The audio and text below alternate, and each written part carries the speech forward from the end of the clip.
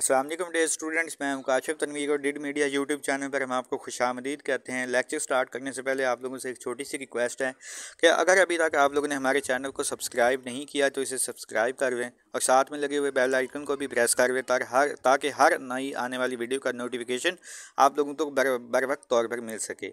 चलें straight away हम अपने टॉपिक की तरफ आते हैं। आज का जो हमारा टॉपिक है वही कॉन्स्टिट्यूशनल डेवलपमेंट ऑफ पाकिस्तान चल रहा है। अब कॉन्स्टिट्यूशनल डेवलपमेंट ऑफ पाकिस्तान के बाद हम देखेंगे किस तरीके से जो होते हैं कि मामलात को चलते हैं। फर्स्ट ऑब्जेक्टिव रेजोल्यूशन भी जो कि 12 मार्च 1949 को पास की जाती है, उसके अंदर भी कौन कौन सी ऐसी ख़ास चीज़ें रखी जाती हैं। अब 1948 का टाइम पीरियड आ चुका है। 1948 के अंदर जिन्ना की हो जाती है डेथ। पिछले लेक्चर के अंदर मैंने आपको ये बात बताई थी कि जिन्ना के पास दो ओहदे होते हैं, एक वो गवर्नर जनरल होते हैं, दूसरे प्रेसिडेंट या speaker of the constituent assembly भी होते हैं। अब उनकी डेथ के बाद दो ओहदे खाली हो जाते हैं, एक गवर्नर जनरल का और दूसरा स्पीकर या president of the CA constituent assembly मतलब के।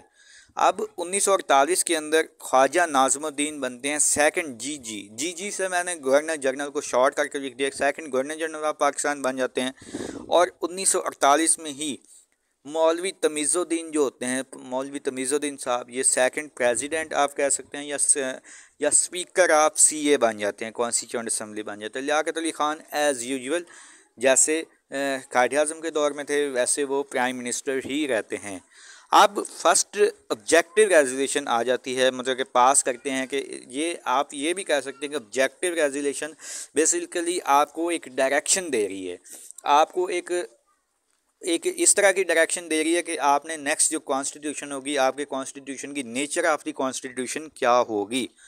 तो कॉन्स्टिट्यूएंट असम्बली जो है 12 मार्च 1949 को फर्स्ट ऑब्जेक्टिव रेजोल्यूशन को क्या किया जाता है, पास किया जाता है। टोटल असम्बली के 75 मेंबर में से 21 मेंबर सिर्फ इसको वोट करते हैं और उनकी इसके अंदर ही जो होती हैं ऑब्जेक्टिव रेजोल्यूशन को पास किया जाता है। ऑब्जेक्टिव रेजोल्यूशन के कुछ अहम जो फीचर्स हैं वो भी हम लोग देख लेते हैं, वो कौन कौन से हैं। सॉवरेनिटी टू अल्लाह अलमाइटी, इसके अंदर इस बात को ख़ास तौर पर शामिल किया जाता है कि all laws would be framed according to the Islamic teachings and Islamic principles, मतलब कि इस्लामिक आइडियालॉजी के ख़िलाफ़ कोई कानून नहीं बनाया जाएगा। सॉवरेनिटी जो होगी वो सिर्फ अल्लाह ताला की ज़ात को ही हासिल होगी।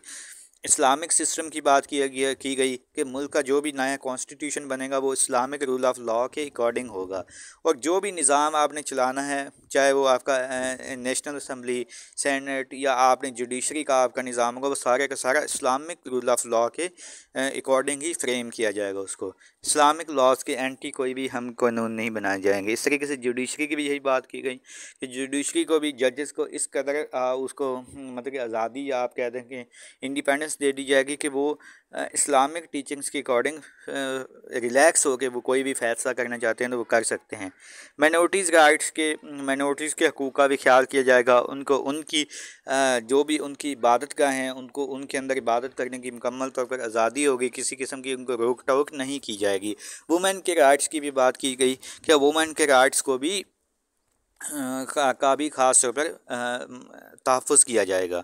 उनको तमाम, अगर वो कोई जॉब करना चाहती हैं या कहीं मिसाल के तौर पर बाहर निकलती हैं तो उनको मुकम्मल तौर पर तहफ़्फ़ुज़ होगा कि कोई उनकी तरफ मैली आँख से ना देख सके। ये कुछ इस तरीके से मिसाल के तौर पर ऑब्जेक्टिव रेजोल्यूशन है। पर्सनली तौर पर ये समझता हूँ कि ये नेचर ऑफ द कॉन्स्टिट्यूशन को डिसाइड करने में या डिफ़ाइन करने में बहुत एक अहम रोल प्ले कर सकती है और इसकी अहमियत का अंदाज़ा आप इससे भी लगा सकते हैं कि 1956 का कॉन्स्टिट्यूशन आता है, 1962 का, या आजकल जो हमारा करंट निज़ाम जो है जिस कॉन्स्टिट्यूशन के मुताबिक चल रहा है 1973 का, इस ऑब्जेक्टिव रेजोल्यूशन को ये अहमियत हासिल है कि इन सारी के आइनों के अंदर इसको इब्तदाइया के तौर पर शामिल किया गया है।